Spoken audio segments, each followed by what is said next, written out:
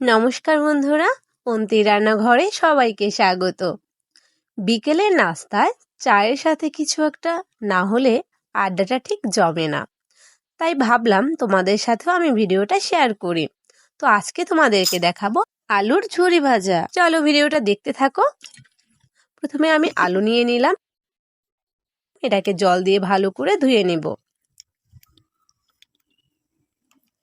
এবার এটিকে ভালোভাবে ধোয়ার পরে এইভাবে তোমরা খোসা ছাড়িয়ে নেবে।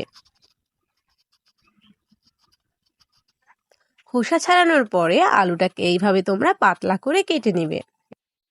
এবার আমি এতে জল দিয়ে দিব, জল দিয়ে ভালো করে ধুয়ে নেবে। আলুটা তোমরা 2 থেকে 3 বার জল দিয়ে এভাবে ধুয়ে নেবে। আলু ধোয়া হয়ে গেলে এবার আমি আলুগুলোকে একটি পাত্রে তুলে নিব। এরপরে আমি এর ভিতরে কিছুটা লবণ, হলুদের গুঁড়ো, মরিচের গুঁড়ো দিয়ে ভালো করে এটাকে মাখিয়ে নেব। তোমরা ঠিক যেভাবে দেখতে পাচ্ছ এইভাবে ভালো করে এটাকে মাখিয়ে নেবে। এবার একটি কড়াই গরম করতে দিয়ে তাতে কিছুটা তেল দিয়ে দিব। তেল গরম হয়ে গেলে এবার এর ভিতরে আমি আলুগুলো ঢেলে দেব।